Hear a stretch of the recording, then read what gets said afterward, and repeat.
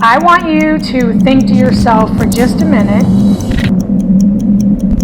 Imagine that the shoe had been on the other foot, and this happened to some other family member other than you. Some family member who came to you saying the same things, showing you the same things that you've been trying to show and talk to about with your family members. You know, all the residual evidence, all kind of things. If this were about ascension, and you know yourself pretty good, right? So do you think you would honestly be responding as cloney or AI as your family members are to you now? Would you be, or would you have been that unenlightened to not have the slightest interest in the world to even go check something out for yourself or consider what a close family member is saying to you? Do you think it would have been possible for you not to have questioned something as obvious as the sun being yellow? Remember, we all learned our primary colors in school. Sun was yellow, trees were green, and the sky was blue. So you don't think you would have questioned someone who's saying that the sun has been white and it's always been white? Or worse yet, do you think you would be responding with, well, I don't know, or I don't remember, to every single question which was thrown at you, like all these people do? How is it possible for a person not to know a single thing you ask them? These are all easy, everyday things. It's not possible. If there even were such a thing as ascension, you really got to think about it. It wouldn't make the people who aren't ascending stupider, right? Well... So, how many of these space lies do you believe? 24. The sun is yellow. It's actually white. No way. Bullshit. Ascension is purported to be the result of movement into the photon belt or into Aquarius from Pisces, the departure from the old age and entry into the new, and its chief manifestation is supposedly a marked awakening whereby humans transition from the state of I believe to I know. Believe to know. If this were ascension, those who are affected would know, we would all know exactly what this is and would be sharing the same message. This is much different than what we are seeing. Some of us believe this is due to time travel, some believe this is CERN, some believe it's aliens, and yet some believe it's many other things. So this is not an awakening to an evolved state of knowing. This is a time of great confusion and division. While a lot of people think and know and understand that it's natural for people to fall on religion if it was in their upbringing, well, yes, I did go to church for most of my childhood, but like a lot of people, many people, especially scientific people, I did also sort of modify and adapt my own belief system in a way that would accommodate religion and science so that there was no conflict, whether I was aware of it or not. You know, and there were times toward the end, you know, in becoming a little apostate myself, where I wasn't even quite sure if I really actually did believe in Jesus and God anymore myself. So it's not that I was some weak-minded person who needed religion to fall back on.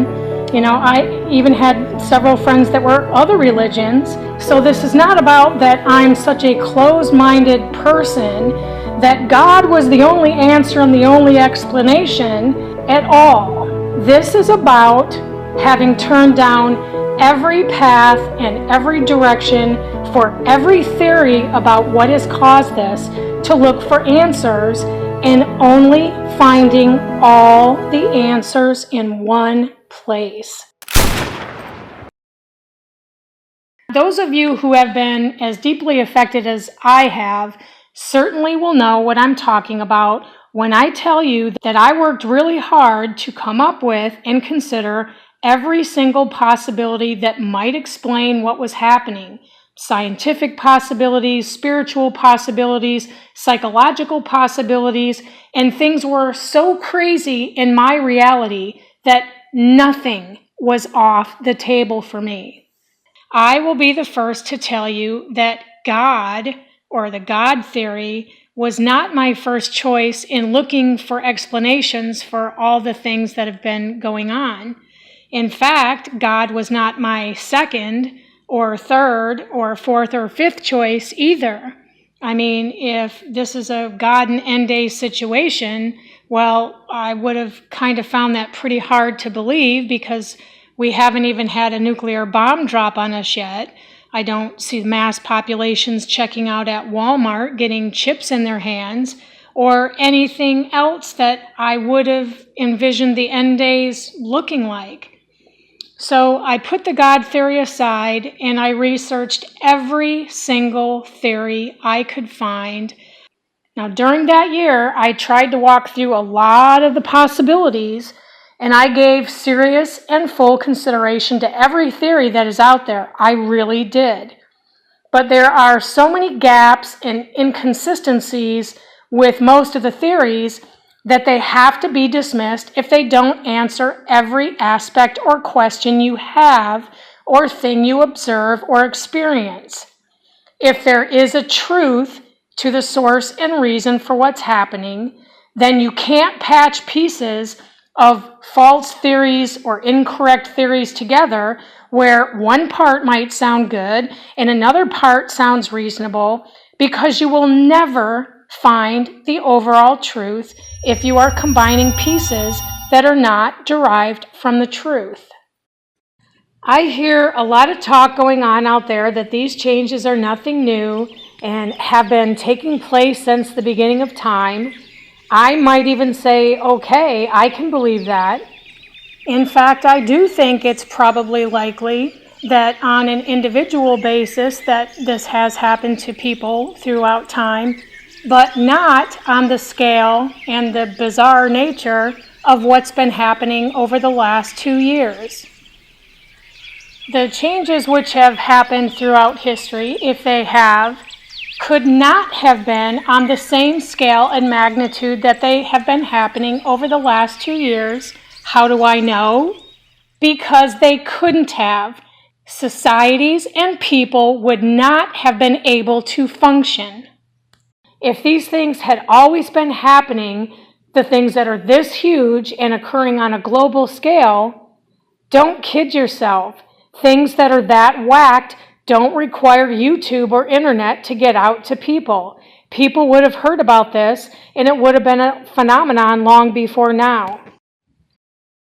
Some of the changes, there's really not an explanation for why some people see them and some don't. Case in point, the sky, the clouds, the stars, the sun, the moon. I mean, why don't people see the profound and absolutely ridiculous things that we can see? I mean, we all have the same biological eyes. We all have cones and rods and an optic nerve running to our brain. So how is it possible that they see nothing different from the way the sky has apparently always looked to them their whole life? I remember watching a British narrated National Geographic video about 5 months ago, and that's when I realized that Papua New Guinea is no longer Papua New Guinea here. This guy pronounced it as Papua, and I said, Papua? What the hell is this guy talking about? So I went and looked it up, and sure enough, it's never been Papua ever. Now, I realize that some people have gotten used to all the changes, and things aren't that big of a deal to some people anymore, but I just don't see how to let some of this stuff go. Like the fact that our atmosphere is almost 80% nitrogen here. It was 86 point something percent on whatever Earth I came from. I don't even know how it's possible, being an oxygen-fixing being, to live in a nitrogen atmosphere, to be able to live breathing nitrogen-rich gas. I don't get it.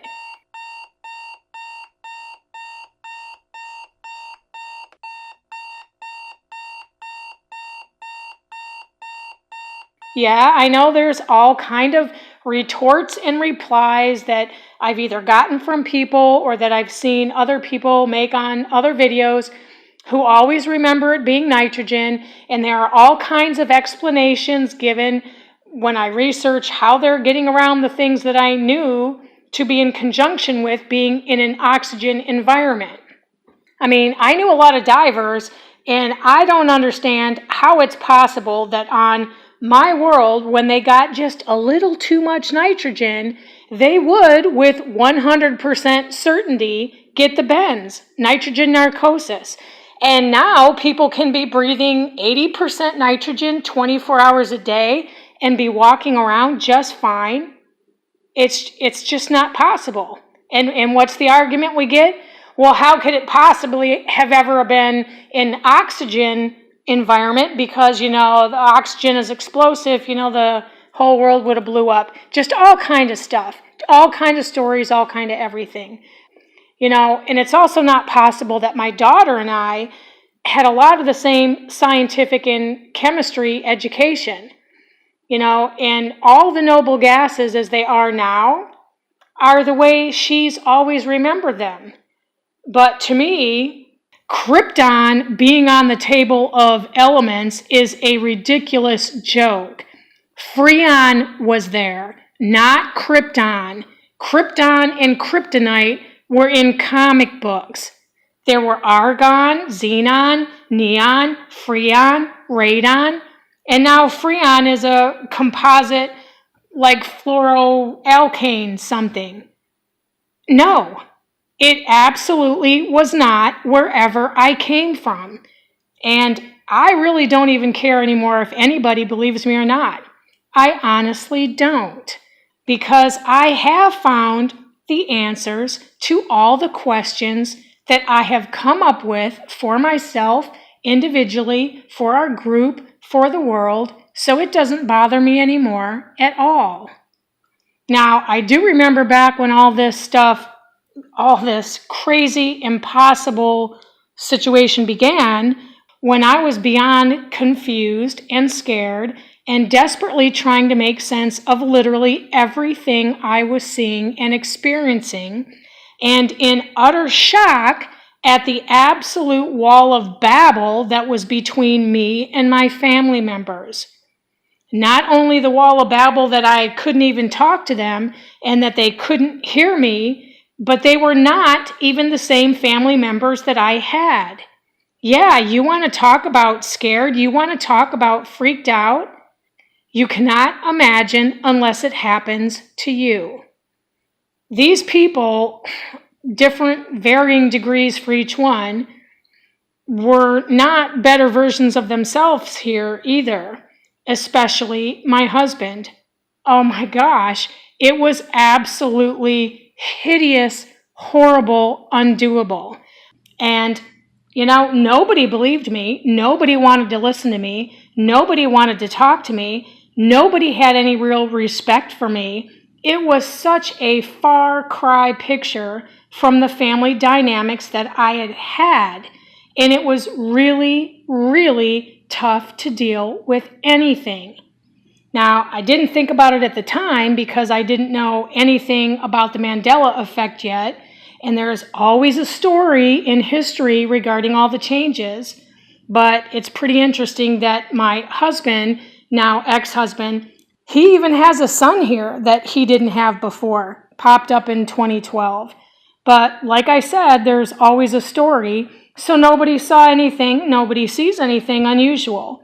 But it's not surprising to me now, given who he is here and the quality of his character and spirituality, that he would have another son. Now, I know there's a lot of debate on just who is actually under the delusion here.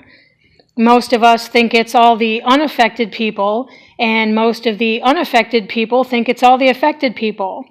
I think debates like the ones we have would be natural because people have to have an internal opinion for themselves, if for no other reason than to categorize their own status.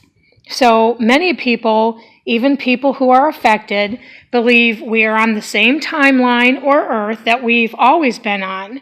A lot of these people think that it's Satan playing tricks on everyone, but that we are on the same earth we've always been.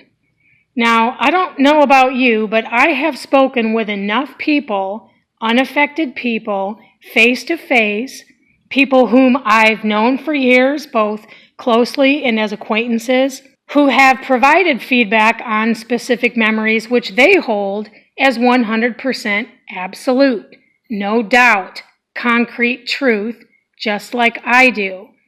And a lot of these people would be viewed by everyone as intelligent, credible people. Even my own daughter, who is extremely academic, graduated high school and university years before her peers, she is an analytical scientist and is in charge of the entire FDA approval process at her laboratory.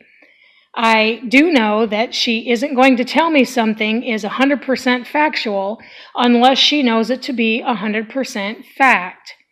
That's the same way I am as a doctor of pharmacy. It would be gross negligence to give a patient information if I don't know something beyond all shadow of a doubt. If I don't have a definitive and correct answer to give them on the spot, I have to tell the patient that I need to do a little research and we'll get back with them. That's the way it is. So even though I know for a fact that the Earth's atmosphere was about 86% oxygen, my daughter also knows for a fact that it was always about 80% nitrogen. During my undergraduate years, my classmates really were not that fond of me because I was a major curve buster for them.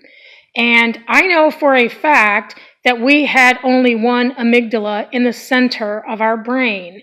Now we have two bilateral, one in each cerebral hemisphere. There is simply no way for two groups of people to have different facts when they are both 100% sure of their factual knowledge.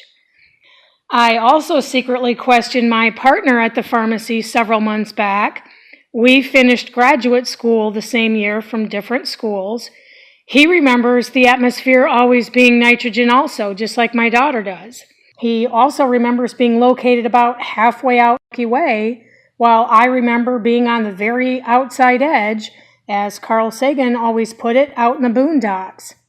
Now, there are a lot of people who are putting in a lot of effort to post on people's videos, trying to debunk the Mandela effect. And there are many people out there who are providing explanations for why people might be confused about the facts and are misremembering things. Now, many unsuspecting people who haven't woken up yet don't even consider and don't look close enough at a lot of these websites and blogs to see that the webmasters or blog masters are posing as normal people and controlling the dialogue.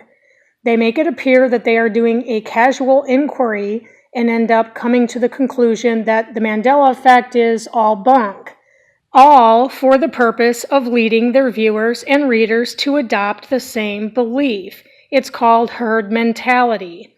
If you really look at the posts and comments on these fake sites, you'll be able to see how it leads visitors. And if you try to click on or do further investigation on the name of whoever is posting comments, you would see that the people who planted the comments and posts on these strategic websites don't even exist. They're not real people. And if you tried to post a comment as a real person in affirmation of the Mandela effect, your comment would not be posted. Now, on the other side, there are also many people who seem to be real and good, unaffected people, not strategic trolls.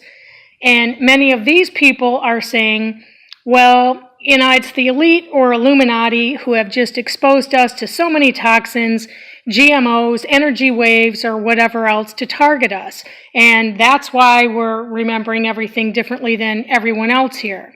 But the people who say that aren't even finishing their own line of thinking all the way through to see how ridiculous and impossible that would be. We were all eating the same foods as our family members and living in the same homes. Energy waves, okay. Lots of people say it's energy waves being directed at us, either naturally or as some kind of targeted PSYOP. So if nature or someone were using some type of energy wave, and the affected people are sleeping wrapped around their spouses every night or are cuddling babies and children on their chests all night, every night, then how are those waves not affecting the spouses and children but only you? Now, this is not to mention that there are affected people in some pretty rural areas and locations who don't even have Wi-Fi.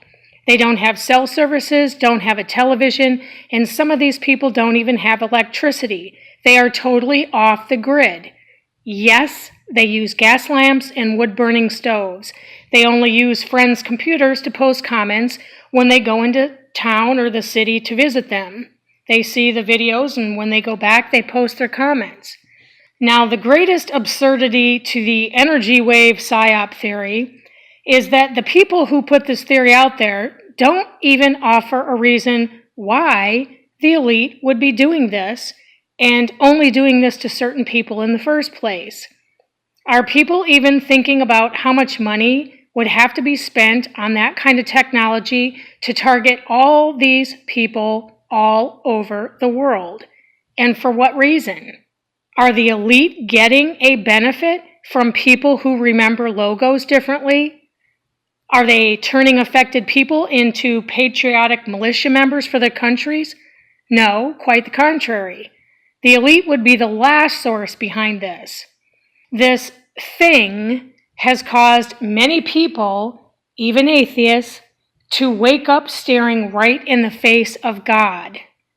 Do you think the world governments would want that, especially given the time we're in?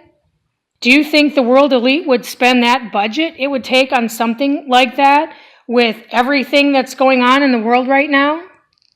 A target PSYOP energy wave is not the answer, and I'm not going to spend any more time talking about that theory. Let's take a look at the affected people and make some observations.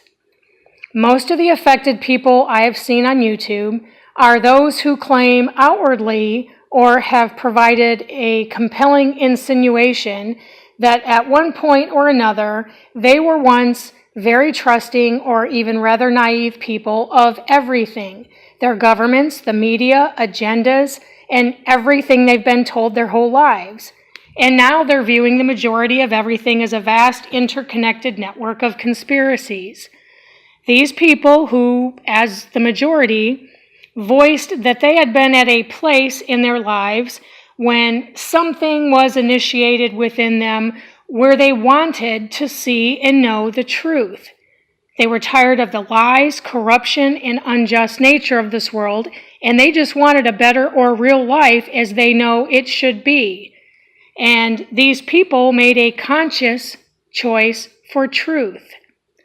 Many of them even stated openly that this awakening or Mandela thing began for them after they found themselves calling out, praying, or earnestly seeking truth, and they were willing to accept it regardless of any pain that might accompany it or the price they would have to pay for it. For other people, the shift and/or awareness seems to have come about in a slower, less obvious way. So perhaps you are one who was seeing all the horrible wrongs with the world and people for years. It ate away at you and you just slowly found yourself in a stranger and stranger place. And as you finally started looking around for answers, maybe you stumbled upon the Mandela effect in this way, which was an indirect way from any related phenomenon that you found initially. We all know the related phenomenon that's generally attached to the Mandela effect, whether we're talking about Nibiru, Planet X, Wormwood, Photon Belt, Alcylone, the Pleiadian, or other interdimensional beings, flat Earth, chemtrails, etc., etc. You know what I'm saying? There's a lot of related phenomenon. Now, it's very clear, not only from watching thousands of videos by now, but also from reading tens of thousands of video comments under those videos, that there are very different and distinct subgroups of us here. There are those of us who came here like I did through some kind of deep, painful, and thorough spiritual purification process, where on the other side, meaning here, things are now seen by me and others in this Mandela subgroup as very black and white. Gray areas don't exist anymore and are seen as a deception of Satan. We have become indescribably close to God and can feel his actual realness, and we now understand his message in a way that we know others can never feel or understand unless they've been taken through the same exile and journey that we experienced. There are also affected people here who apparently didn't come through this cleansing or spiritual purification, and I strongly suspect, based on my observations, that these people actually make up two different groups or types of people. Overall, both groups seem to promote or lean toward the all-popular New Age or Ascension theories with or without CERN's assistance. Those who are Ascension theory believe this to be a more or less natural event, which has been spoken about throughout history by several ancient cultures, and many of the other people in this group are also on the fence as to their beliefs regarding extraterrestrial involvement to assist the purported ascension process or not. And it really doesn't matter. The difference between these two groups is that one of them appears to have somehow, at some point in feeling different about the world or life, started to look for information before noticing or becoming aware of the Mandela changes. And it seems that they had happened upon all the quote-unquote ancient cultural stories or New Age ascension stories about what was supposed to be taking place or would be taking place shortly first. And then, as time was passing, they began to see the things in this Mandela wonderland, so there was no real subconscious choice for them to make. They seemed to be led into attributing everything Mandela to the information they had found earlier because of the information they had come across earlier. In other words, that initial information seemed to become their foundation for everything else that followed. Now, I think that this group of people are genuinely bona fide good people who have been looking for answers and just came about certain stories which they had decided to explore further, and they stayed on that path. While most in that group don't necessarily seem to have full conviction in their theory, they seem to have been or are fairly content to accept what has been said or what they have researched about Ascension. I don't think, however, that this group has likely given the same amount in time and research of the God and end of days theory. There could be exceptions, absolutely, but I think this is generally true for that group as a whole. And I'm not really going to spend much time describing the third group because the other ones of us can really see this third group immediately as more or less seed straight from Satan. There is outright blasphemy toward God and Jesus from these people. There is great effort put forward to invert and convolute everything that appears in biblical scripture, and they play on people's confusion and try to make them feel like weak, ignorant, and blind people if they don't go with what information they are pushing. Unfortunately, this group's videos are the ones most frequently encountered by the non-affected people who are curious and are checking things out, which means that curious, unaffected people, or even those people who see the changes but are on the fence about whether it's real, these are the videos they'll end up seeing and will end up forming the opinion, because they've encountered the wrong videos, that the whole Mandela phenomenon is about people who are deluded or are under the influence of Satan. And now this is unfortunate because it definitely is assisting Satan's deception here about what is actually happening. I want you to think about something for just a minute. If God has done something incredibly great and has given some of us the task to make people aware of the true time we are in and trying to warn people about what is to befall them, what would be the absolute best strategy for Satan to take? It would be to put some of his people here in the same way we are here, but giving a different message to try to mislead people away from the truth. People seem to forget, even the most self-claimed devout Christians, that this is how Satan has worked since the beginning of creation. He takes something God shows or makes or does and perverts it into blasphemy and deception. The rainbow, the symbol of the covenant, became the symbol of the gay community. This goes hand in hand with the greatest of the 7 deadly sins, pride, which has become the gay community's own platform and banner. It's in this same way that Satan wants people to believe this is Ascension, but it is not. Did you want a biblical example of Satan mimicking the miracles of God? Okay, how about one from Exodus where God performed miracles through Moses and Aaron? And I'm taking an example from Exodus because of what our later discussions will reveal. Exodus is spot on appropriate. Anyway, the Egyptian magicians did the same things that God did. How is that possible? Exodus 7:10 through 13. So Moses and Aaron went to Pharaoh and did just as the Lord commanded. Aaron threw his staff down in front of Pharaoh and his officials, and it became a snake. Pharaoh then summoned wise men and sorcerers, and the Egyptian magicians also did the same things by their secret arts. Each one threw down his staff, and it became a snake. But Aaron's staff swallowed up their staffs. Yet Pharaoh's heart became hard, and he would not listen to them, just as the Lord had said. Okay, let's move on to the quote-unquote ancient cultural stories, which people purport are all out there and are all similar. Now, it is true that there are many cultural stories about different things, but some of them haven't always been there, as people are being misled to believe.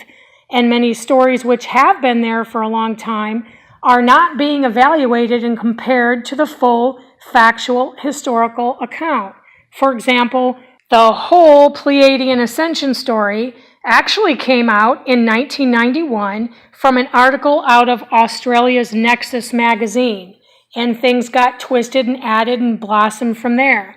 It wasn't around before that.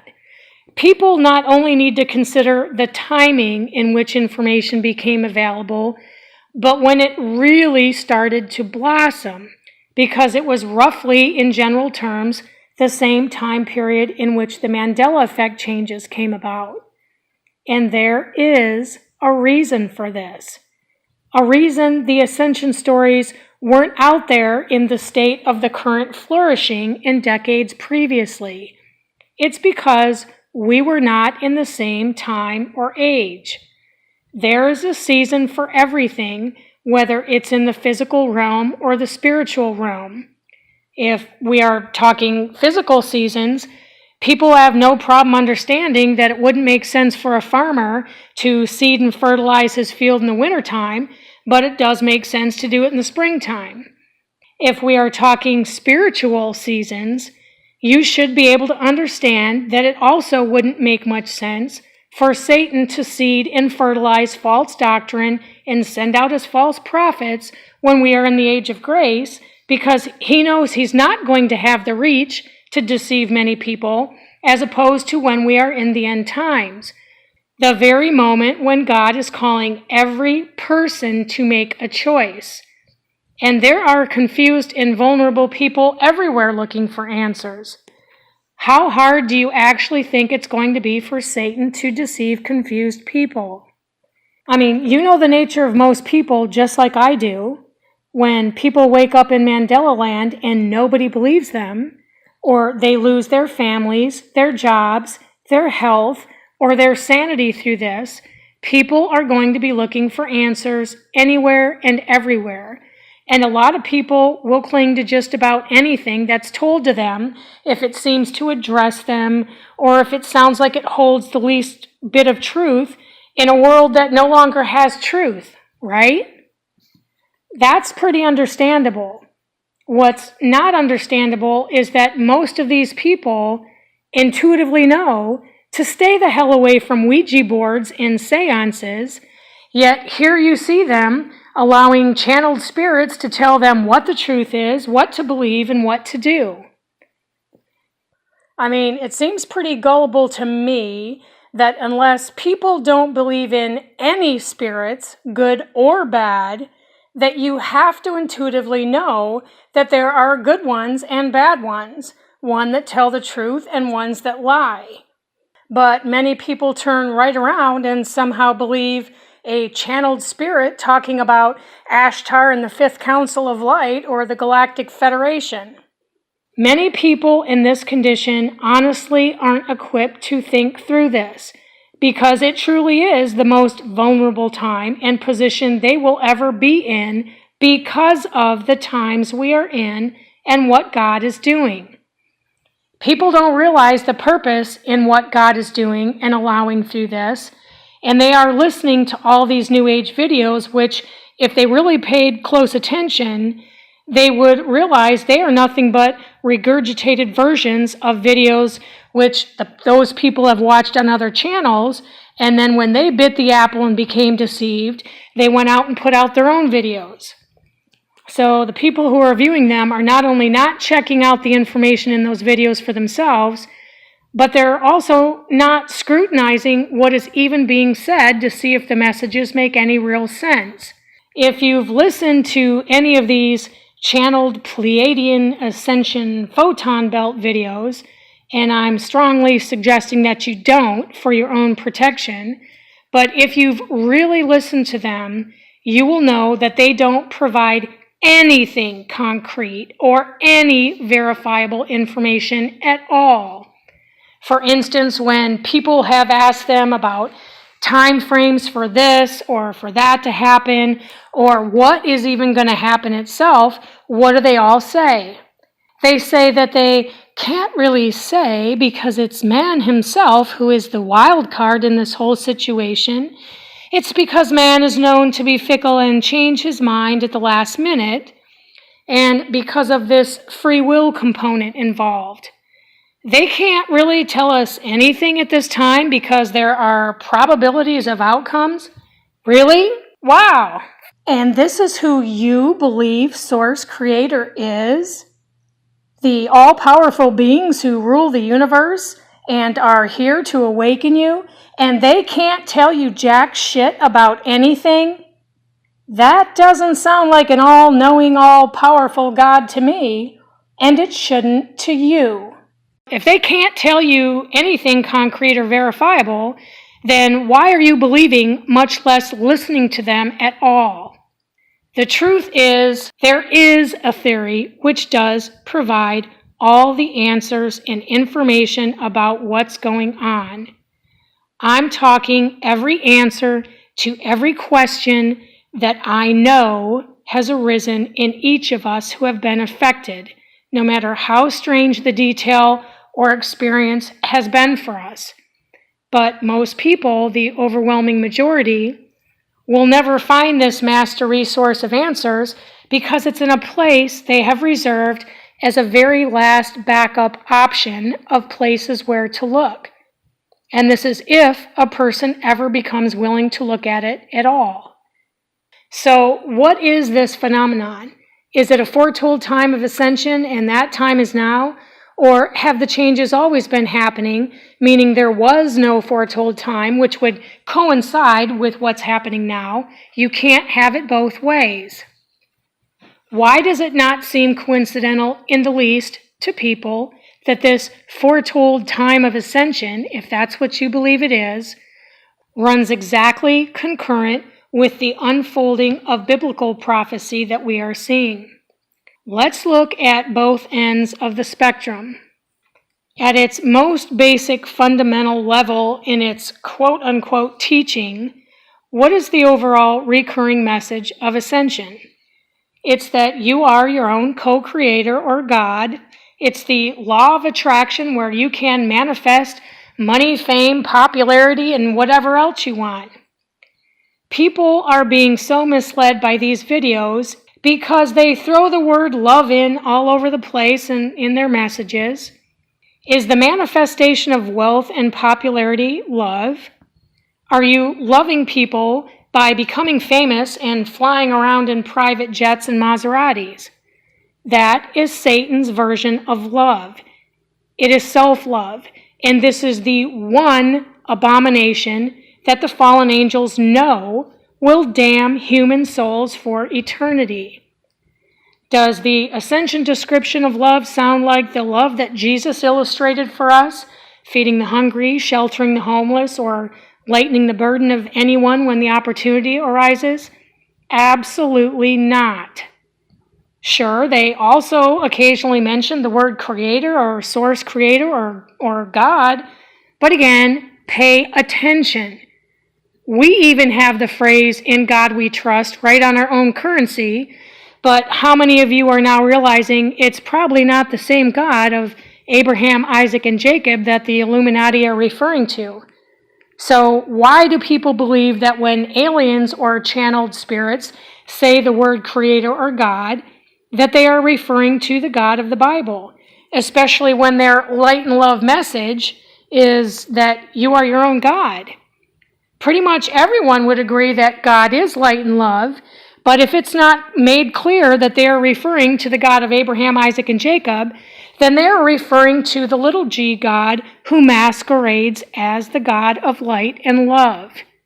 There seems to be a problem in seeing that there is the daddy of all time spiritual battle going on right now, and the demons are doing everything they can to skew perception and deceive people, because it will cause more and more people to enter a state of apostasy.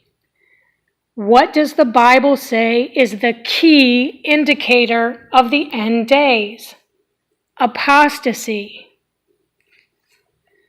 Do you know why Satan hates man so much? It's because God gave man the option for redemption. The fallen angels are not given that opportunity. They will not be redeemed for their sin, and they will burn for eternity. Satan and his army absolutely detest us because they know where they are going, and they will do everything in their power to drag every soul they can into the pit with them. All Satan has to do is divert people's beliefs away from the truth by a fraction of a degree, and he has won. Narrow is the gate, and few will find it, remember? There are only two paths. One is the truth, and the other is everything else. Now, this is probably a good place to stop for a minute and make sure that you know that I was not the best example of a Christian before all this happened. I knew relatively little about the Bible, and in fact, I knew even less than I thought I had known. I did read the Bible once from cover to cover when I was in my late 20s, but other than when I was young, I was not in church. As I became older, I was too busy to be involved in religion altogether.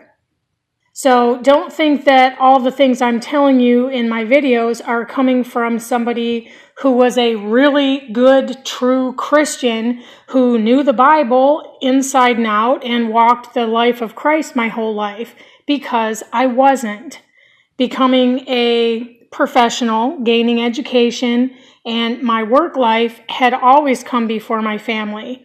I was not a good wife. I was married a really, really long time, and my husband had never taken any initiative to do anything.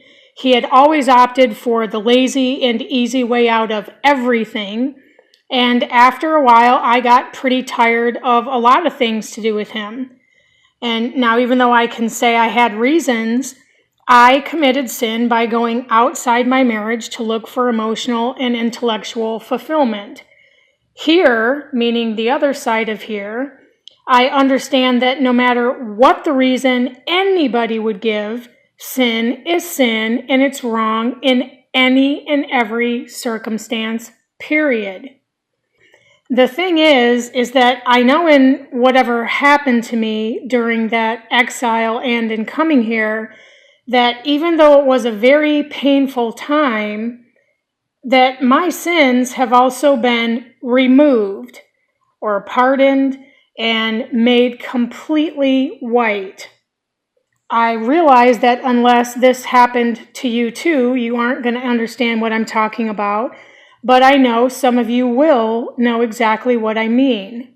So it wasn't just that my friends and family and loved ones are different versions of themselves here. I am different also. Now, I remember last year and the year before when we all started putting our videos out there, and some of us were still in a state of shock and disbelief. We all had a lot to say based on the information we had at the time, and our messages may be slightly different or modified as we have progressed through this, given our new understanding of things, and in having some hindsight and reflection about all that has happened. It's the reason, in fact, that some of us have put disclaimers on our videos, which give us the right to change what we might say based on our current level of understanding. I mean, think about it. It usually takes a pretty good deal of time when somebody experiences a really jarring event for the person to really process it and let it develop inside of them to be able to give an unbiased, objective opinion or even description of the event. I mean, you wouldn't hear the same slant on a story from some guy who's been dating and was totally infatuated with some girl who had actually been taking advantage of him, getting him to spend all kinds of money on her and buy her gifts all the time, and now she just broke up with him. His view at that moment is typically one of hurt and sadness, and his expressions are usually of how much he misses and wants to get back together with her. But a year or two later, you will usually hear his story with a different slant of how happy he is to be dating someone else, anyone else who isn't taking advantage of him, and how blind he was, etc., etc. I think with what happened to us, it's the same scenario where it really took some time to make sense of things. So I believe this is exactly the reason that now, after having had time to internalize things about this supernatural journey and having this mystery miracle blossom inside myself and understanding it, that I am now also seeing many other videos by people who had initially come out stating that they were atheists and they thought the Mandela thing was ascension or time travel, and now they are full-on proponents of God and Christ who are telling people the same things that I am. And I know what they're experiencing because I and many others are too. I don't actually know how it has felt for any of you who are affected when you tried or try to explain to your family members how we can be saying everything is different here, the people are different, and even we are different, and then somehow further explain how it is then that we seem to have retained the memories of the people whose bodies we are in now, here. I mean, there's a lot of talk, and we all know fully what we mean when we talk about the other people here, how programmed and AI everybody seems to be here, and how we can't decide if they are zombies of their original selves or whether they are indeed planted soulless vessels, right? None of them seem to be able to speak, act, or respond outside of their program. But we really don't talk about how different we ourselves are here too. And I don't really know the answer. I don't know how God did it, But it feels like whatever memories I have are just kind of there on my own hard drive to access as well. And for the most part, I don't feel that I actually did the things which created all those memories, especially memory of past sin. I am really hard-pressed to understand how me, could have done those things if the truth is that I'm the same person.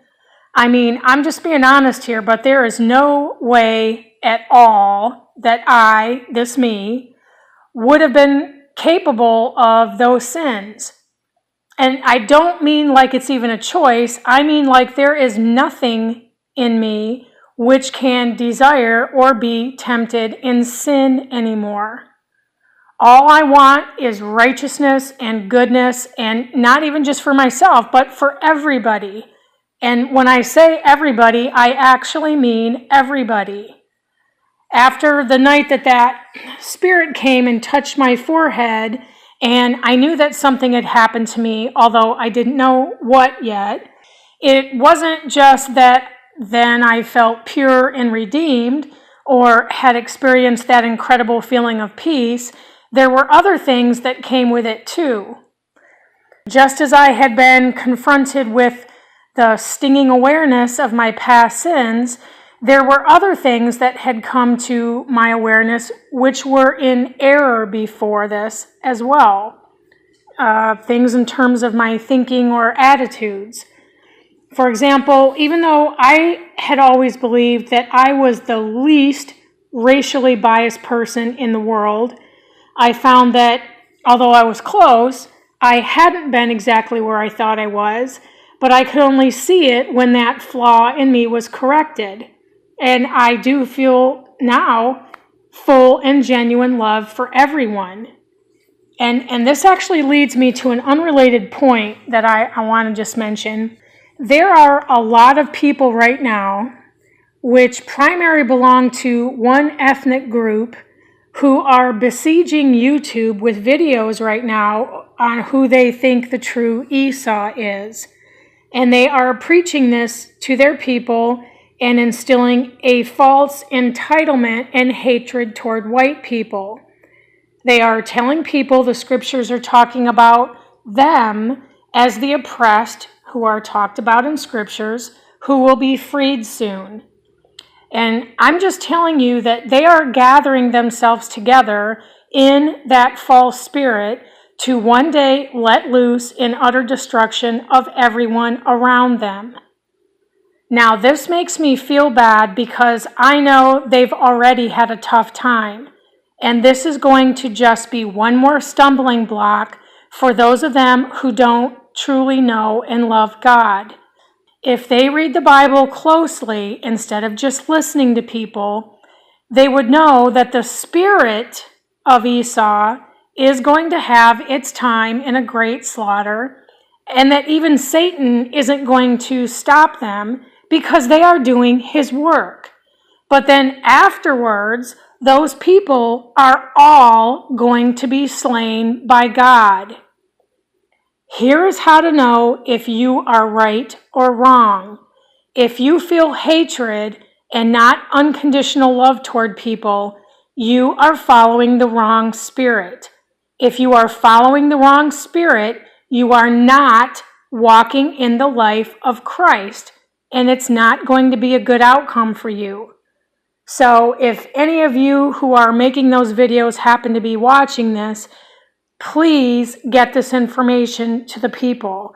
It is very, very important. Okay, so anyway, I know that a lot of us feel that we do not belong to this world, and I don't believe that we actually do.